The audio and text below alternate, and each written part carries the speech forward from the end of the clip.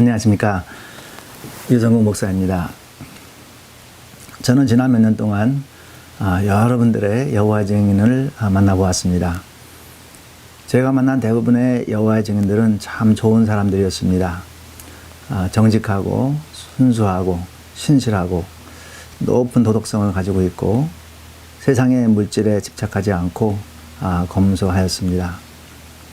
그러나 저는 여호와의 증인 장로님들과 1년 넘게 깊은 성경 토론을 하면서 여호와 증인이 무엇을 믿고 있는지를 배우게 되었습니다. 안타깝게도 그들은 성경을 대단히 잘못 해석하고 있었습니다. 이 비디오의 제목은 여호와 증인에게 물을 수 있는 10가지의 강력한 질문입니다. 그 여호와 증인들이 성경을 잘못 해석하고 있는 것을 10가지로 요약을 해서 만든 비디오입니다. 크리스천 여러분들이 이 10가지의 질문을 사용해서 여호와 증인들에게 전도할 수 있게 됩니다. 더욱 구체적인 설명을 여러분 알고 싶으면은 제가 쓴 책 여호와 증인의 실체와 전도, 그리고 저의 웹사이트 www.gospeltoall.com에 가시면은 아주 구체적으로다가 모든 것을 다 알 수 있습니다. 제가 한 가지 부탁을 드려도 될까요? 10가지 질문인데 10가지 질문을 다 들으실 때까지 끝까지 보아주시면 참 감사하겠습니다. 그러면 이제 첫 번째 질문을 물어보도록 하겠습니다. 여호와 증인들은 자신들의 그 조직을 신권 조직이라고 합니다. 이 말씀은 하나님이 직접 다스리는, 하나님이 직접 통치하는 그런 조직이라는 것입니다. 신권 조직이라면은 왜 종말에 대한 예언이 모두 틀렸는지요? 제가 몇 가지 예를 들어드리겠습니다. 1914년에 세상의 왕국의 멸망이 올 거라고 예언을 했습니다. 와치타워가 글을 보겠습니다. 성경의 증거를 보면 지금은 이 세상의 왕국이 멸망하는 마지막 때입니다. 지금부터 26년 안에 현재 모든 정부는 전복되고 하나님 나라가 1914년도 말에 세워질 것입니다. 여러분, 1914년도 말에 하나님 나라가 세워졌습니까? 그렇지 않습니다. 1918년에는 교회가 파괴될 것을 예언했습니다. 하나님은 1918년에 교회를 대대적으로 파괴할 것입니다. 수백만의 교인들은 교회를 탈피하여 러셀 목사의 가르침을 받게 될 것입니다. 여러분, 교회가 파괴됐습니까? 그렇지 않습니다. 또 1925년도에도 예언을 했는데요. 선지자들이 미국 서부 도시의 샌디에고에 올 것이라고 예언을 했습니다. 1925년에 구약의 선지자인 아브라함, 이삭, 야곱, 그리고 신실한 선지자들이 샌디에고에 올 것입니다. 샌디에고에 아무도 오지 않았습니다. 그리고 1975년도에 종말을 예언했습니다. 성경의 연대를 보면 사람의 창조로부터 6천년의 역사가 1975년 말이 될 것입니다. 이때로부터 예수 그리스도의 천년왕국이 시작됩니다. 여러분, 물론 이 예언도 틀렸습니다. 와치타워는 85년간 예언을 했는데요. 모든 예언은 다 거짓으로 드러났습니다. 하나님께 직접 통치를 받는 그러한 조직이라면은 어떻게 이렇게 거짓된 예언을 할 수 있을까요? 자, 두 번째 질문입니다. 예수님이 하나님인가요? 하나님, 그런 질문이죠. 여호와의 증인들은 예수님이 피조물이라고 믿습니다. 하나님이 가장 먼저 만든 피조물이 예수라고 믿습니다. 예수님이 이 땅에 오시기 전에 하늘나라에 천국에 있을 때는 미가엘이라고 이렇게 불렸습니다. 성경이 그렇게 가르치나요? 구약에 있는 성경도 또 신약에 있는 성경도 예수 그리스도가 하나님이라고 분명하게 말씀하고 있습니다. 요한복음 20장 28절에는 도마가 예수 그리스도, 부활하신 예수 그리스도를 본 후, 자기 눈으로 직접 본 후 예수님에 대한 고백을 합니다. 도마가 대답하여 이르되 나의 주시며 나의 하나님이시니이다. 도마가 부활하신 예수 그리스도를 직접 자기 눈으로 본 후에 나의 주시며 나의 하나님이라고 이렇게 고백을 하고 있습니다. 또한 구약 이사야서 9장 6절에 그 예수님에 대한 예언이 나와 있습니다. 이는 한 아기가 우리에게 낳았고, 예수님에 대해서 말씀하시는 것이죠. 한 아들을 우리에게 주신 바 되었는데 그 어깨에는 정사를 메었고 그 이름은 기묘자라 모사라 전능하신 하나님이라. 한 아기가 우리에게 주신 바 되었는데 한 아기가 낳는데 그 아기를 전능하신 하나님이라고 부른다는 것입니다. 예수 그리스도를 전능하신 하나님이라고 부른다는 것입니다. 여러분, 이와 같이 요한복음에도 또 이사야서에도 예수 그리스도를 하나님이라고 불렀습니다. 자, 세 번째, 우리가 예수 그리스도에게 예배를 드려도 되나요? 우리가 성경을 해석할 때는 항상 문맥 전체를 이렇게 보아야 됩니다.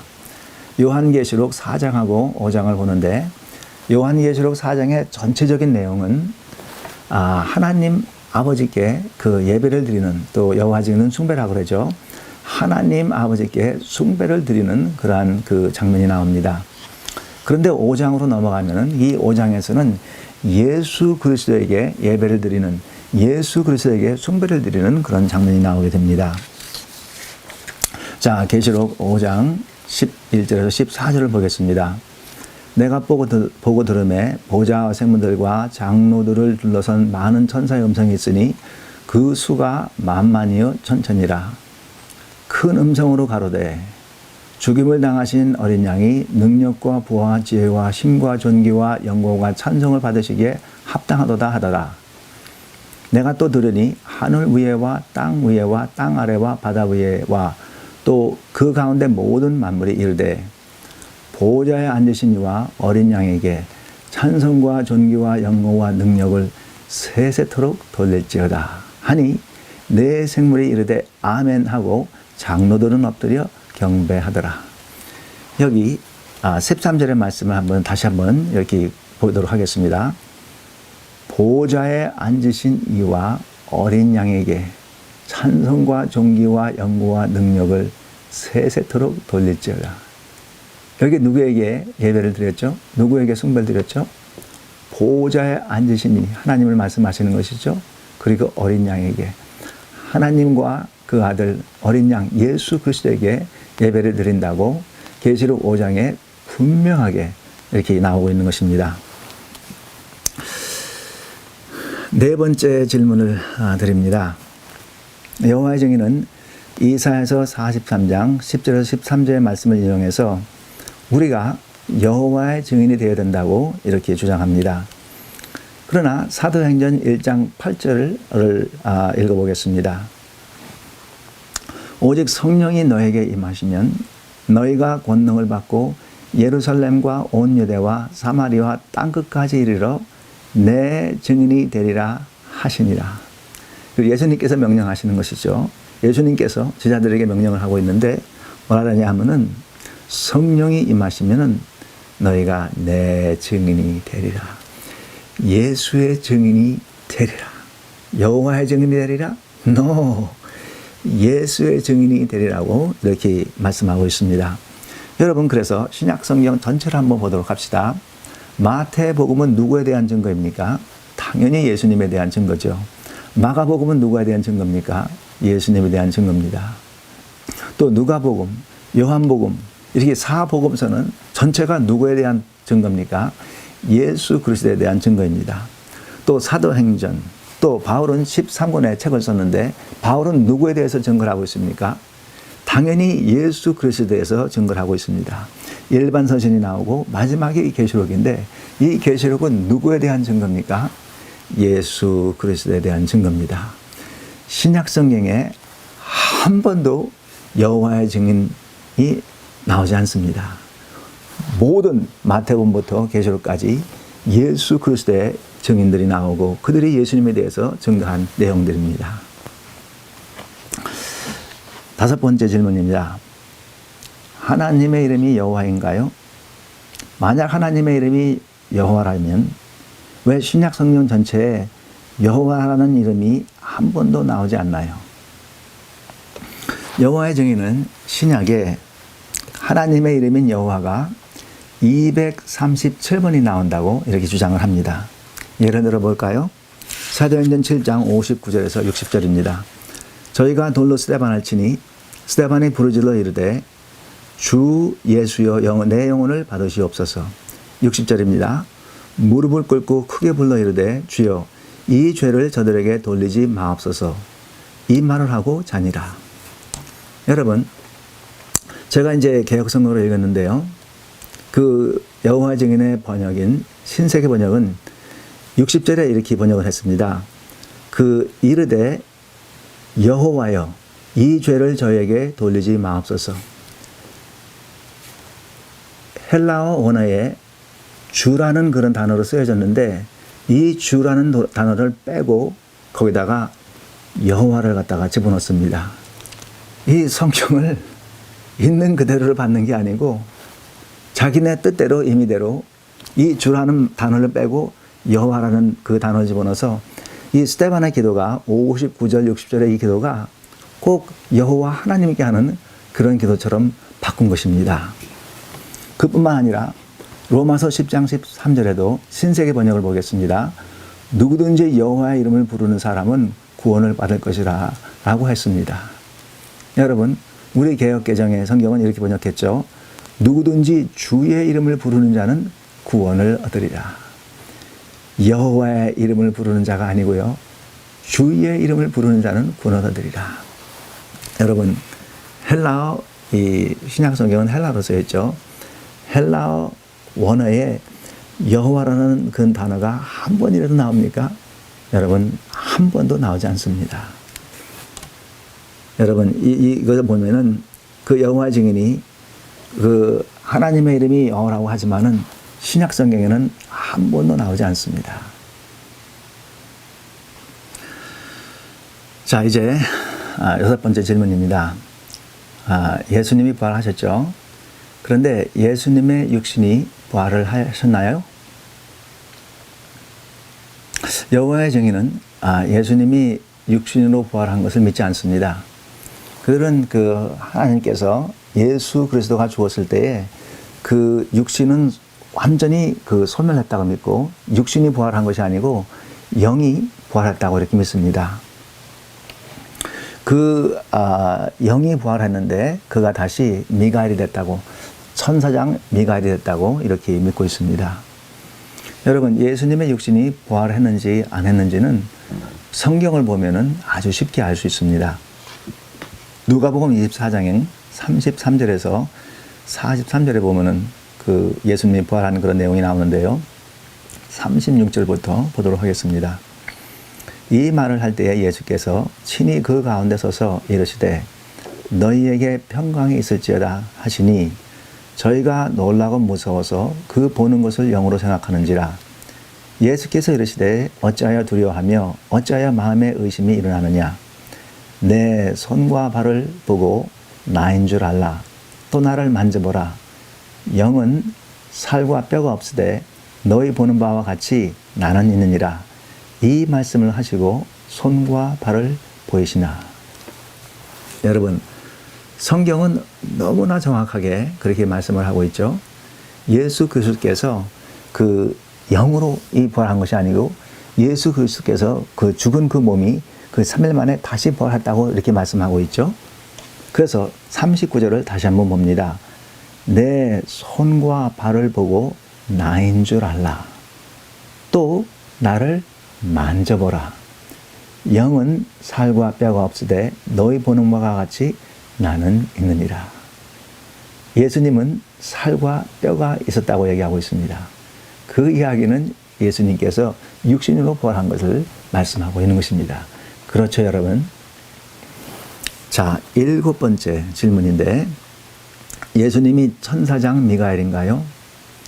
참 이것처럼 황당한 그 주장이 없는 것 같습니다.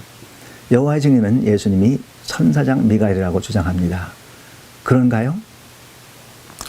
예수님은 천지를 창조하신 분입니다. 예수님은 모든 만물을 창조하신 그런 분입니다. 예수님은 다른 그 어떤 피조물과도 이 비교할 수가 없는 그런 독보적인 아주 유일한 그러한 존재인 것입니다. 예수님 천사 중에 하나가 아니라는 말씀입니다. 그 미가엘이 어떤 그 존재냐? 다니엘 10장 13절에 신세계역을 제가 보도록 하겠습니다. 그러나 페르시아 왕국 영역의 군왕이 21일 동안 나를 가로막았소. 그때 첫째 가는 군왕들 중에 하나인 미가엘이 나를 도와주러 왔어. 여기서 보면은 그 군왕이 여럿이 있는데 그 군왕 중에 하나가 미가엘이라는 것입니다. 그 미가엘은 천사장이죠. 그러니까 천사장이 여럿이 있는데 그 중에 하나가 미가엘이라는 것입니다. 여러분, 예수님은 그런 존재가 아닙니다. 여럿 있는 중에 하나가 아니고 예수 그리스도는 만물 위에 뛰어나신 분이고 그 모든 만물을 창조하신 유일한 그런 하나님이 되는 것입니다. 자, 8번째 질문인데 우리가 어떻게 구원을 받나요? 여호와에게는 은혜의 구원에 대해서 얘기를 하긴 합니다. 그러나 결론적으로 이 모든 것을 보면은 은혜의 구원은 아니고 그 행위의 구원을 가르치고 있습니다. 그러나 성경에서 그렇게 가르칩니까? 아닙니다. 에베소서 2장 8절에서 9절 이 신세계역을 보겠습니다. 이 과분한 친절로 여러분은 믿음을 통해 구원을 받았습니다. 이것은 여러분 자신의 행위로 말미암은 것이 아니라 하나님의 선물입니다. 신세계 번역에 어떻게 우리가 구원을 받았느냐? 이것은 여러분의 자신의 행위로 말미암은 것이 아니라 행위로 구원을 받은 것이 아니라 하나님의 선물이라 하나님께서 은혜를 주신 것이다.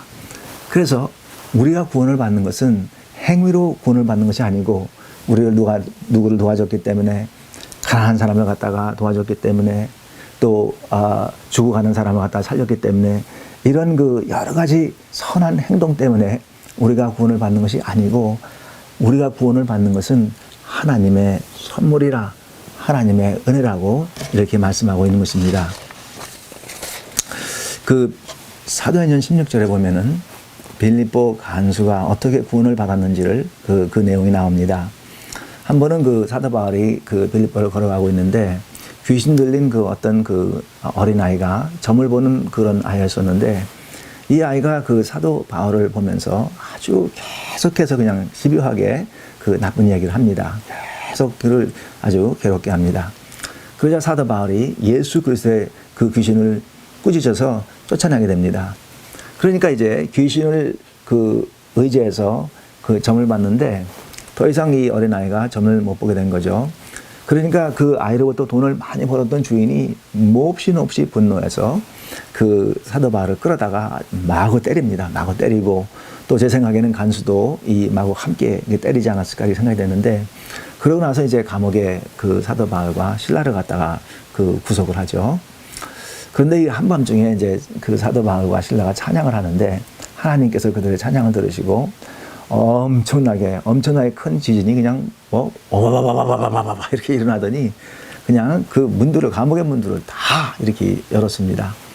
이때 간수는 너무너무나 겁을 먹고 모든 죄인이 다 도망갔다고 생각을 하고 칼을 빼서 자기 스스로가 자결을 하려고 그렇게 행동을 취했습니다. 이때 그 사도 바울이 간수에게 자결하지 말라고 그렇게 이제 얘기를 하는데 간수가 너무너무 떨리면서 이렇게 물어봅니다. 선생이여, 어떻게 하면 구원을 받을 수 있습니까? 이때 바울이 이야기합니다. 신세계역으로다가 제가 읽어볼게요. 그들이 대답했다. 주 예수를 믿으십시오. 그러면 당신과 당신의 집안이 구원을 받을 것입니다. 여러분, 주 예수를 믿으라. 그리하면 너와 내 집이 구원을 받으리라. 그렇습니다. 어떻게 이 간수가 구원을 받았습니까? 이 간수가 아주 가난한 사람 도와준 것도 아니고 간수가 뭐 죽어가는 사람을 살린 것도 아니고 간수가 예수 그리스도의 복음을 전한 것도 아니고 이 간수가 구원을 받은 것은 하나님의 은혜를 입어서 하나님께서 그 마음을 바꿔주셔서 예수 그리스도를 영접할 수 있도록 하나님께서 역사하신 것입니다. 그러므로 구원은 행위가 아닌 오직 하나님의 은혜로다가 우리가 구원을 받게 되는 것입니다. 자, 9번째 질문인데, 우리 그 신앙을 가진 사람들은 이 천국에 가는 것에 대해서 상당한 관심을 늘 가지고 있습니다. 그러면 어떤 사람이 그 천국에 가게 될까요? 그 여호와의 그 증인에 의하면은 모든 그 믿는 자는 그 적은 무리와 그 큰 무리로다가 이 둘로 나눠집니다. 그래서 이 적은 무리를 14만 4천 명인데, 이들은 천국에 올라가서 그 큰 이 지상에 살 큰 무리를 갖다가 그 다스린다고 합니다. 또한 이 큰 무리는 천국에 올라가는 것이 아니고 그 아담과 하와가 죄를 짓기 전에 있던 그 에덴과 같은 그런 동산, 그런 낙원에서 거기서 영원토록 산다고 이렇게 주장을 합니다. 이것도 여러분, 우리는 항상 여호와 증인이 옳은지 옳지 않은지를 어떻게 알 수 있습니까? 성경으로 들어가서 성경을 보면은 성경에서 큰 무리가 어디 있는지를 우리가 보면 알 수가 있는 것입니다. 요한계시록 7장 9절에서 17절인데요. 제가 2절만 이렇게 읽도록 하겠습니다. 9절인데, 그 후에 내가 보니 아무도 셀 수 없는 큰 무리가 모든 나라와 종족과 민족과 언어에서 나와 왕좌 앞과 어린 양 앞에 희고 긴 옷을 입고 서 있었다. 15절입니다. 그 때문에 그들은 하나님의 왕자 앞에 있으며. 자, 여기 봅시다. 그 여호와 증인은 아까 제가 말씀드렸지만 믿는 사람을 이 둘로 나온다 그랬죠. 적은 무리와 큰 무리가 있는데, 적은 무리는 14만 4천 명이라고 제가 말씀하고, 또 큰 무리가 있다고 했는데, 이 큰 무리는 이제 이 지상에서 그 낙원에서 산다고 이렇게 말씀을 드렸죠. 그러나 이 요한복음 이 7장에 보면은 아무도 셀 수 없는 큰 무리, 뭐 14만 4천 명은 아니죠. 어마어마하게 큰 무리인데, 모든 나라와 민족과 종족과 언어에서 모였다 그러니까 그 무리가 뭐 상상할 수 없을 정도로 많은 그 큰 무리가 되겠죠. 근데 큰 무리가 어디에 있었느냐 보면은 왕좌 앞과 어린 양 앞에. 여러분, 왕좌가 어디 있습니까? 하나님의 그 보좌가 어디에 있습니까? 이 땅에 있습니까? 이 땅에 있을 것입니까? 절대로 그렇지 않습니다. 하나님의 왕좌는 하늘나라 천국에 있는 것입니다. 그런데 하나님의 보좌만 거기에 있는 것이 아니고, 여기 보니까 어린 양 앞에. 어린 양이 어디 있습니까? 어린 양이 이 낙원에 있습니까? 아닙니다. 어린 양이 하늘나라 천국에 있는 것입니다. 그런데 왕좌 앞과 어린 양 앞에 누가 있습니까? 큰 무리가 있는 것입니다. 그러므로 우리가 성경을 조금만 이렇게 주의해서 읽어보면은 이 여호와의 증인이 믿고 있는 이게 옳은 것인지 옳지 않은 것인지를 분명하게 알 수 있습니다. 여기서 큰 무리는 하나님 앞과 어린 양 앞에 서 있습니다. 그렇죠, 여러분? 자, 이제 마지막으로 10번째 질문입니다. 신세계 번역이 가장 정확한 번역인가요? 여호와의 증인들은 그들이 그 번역한 신세계 이 번역이 이 세상에서 아주 가장 정확한 그런 번역이라고 믿습니다. 뭐 성경 번역이 얼마나 많이 수천 가지가 되겠죠. 그 수천 가지가 있는 번역 중에 오직 여호와의 증인이 번역한 신세계 이 성경 번역이 가장 원어에 가까운 그런 성경 번역이라고 믿습니다. 여러분, 그렇습니까? 제가 또 아까 말씀드렸지만 우리는 성경을 번역을 할 때에 아주 거기에 있는 그 말씀 그대로 한자를 더하거나 한자를 빼거나 이렇게 하면 안 되죠. 그 말씀 있는 그대로를 최선을 다해서 번역을 해야 됩니다. 제가 또 아까 말씀드렸지만은 이 신약 성경에는 헬라어로 써 있기 때문에 여호와라는 그런 단어가 나오지 않습니다. 한 번도 나오지 않습니다. 그런데 여호와의 증인은 237번이나 여호와라는 이 하나님의 이름, 하나님이라고 이름이라고 하는 이거를 갖다가 이 신약 성경에다가 삽입을 시켰습니다. 이게 있을 수가 없는 일이죠. 있는 그대로를 번역을 해서 그게 여호와면 여호와로 이렇게 해석을 하면 되는데, 이 신약 성경에다가 여호와를 갖다가 삽입시키고 본래 거기에 있던 단어를 갖다가 빼버렸습니다. 이렇게 하고선도 어떻게 신약 성경이 가장 그 가까운 번역이 신세계역이라고 이렇게 말할 수 있겠습니까? 그뿐만 아닙니다. 또 한 가지 예를 들어보면은 골로새서 1장 15절에서 17절인데요. 제가 그 개역개정을 읽도록 하겠습니다.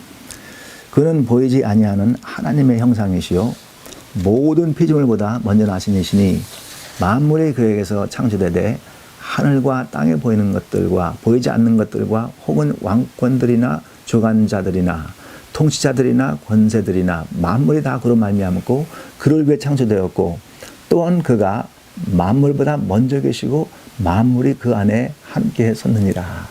아멘. 여기서는 이 골로새서 1장에서는 예수 그리스도가 그 모든 만물을 창조했다고 이렇게 그 말씀하고 있죠. 그런데 신세계역에서는 그렇게 말씀하면 안 되겠죠. 그들의 그 교리와 어긋나게 되죠. 그러니까 성경에 쓰인 그대로를 번역을 한 것이 아니고 거기다가 예수 그리스도가 만물을 창조했다는 것을 갖다가 약간 번역을 시켜서 안 그런 것처럼 이렇게 만들었습니다. 자, 그 16절, 17절 여기 보면은 그 다른 모든 것, 또 다른 모든 것은 그는 다른 모든 것보다 그에 의하여 다른 모든 것이 여기서 그 우리 성경에 보면은 예수 그리스도가 모든 만물을 다 창조했다고 이렇게 나오고 있는데 여기서는 다른이라는 단어를 갖다 이렇게 삽입을 시켰습니다. 본래 옛날 그 번역에 보면은 이 다른이라고 하는 이 단어를 갖다가 이 괄호를 이렇게 쳤습니다.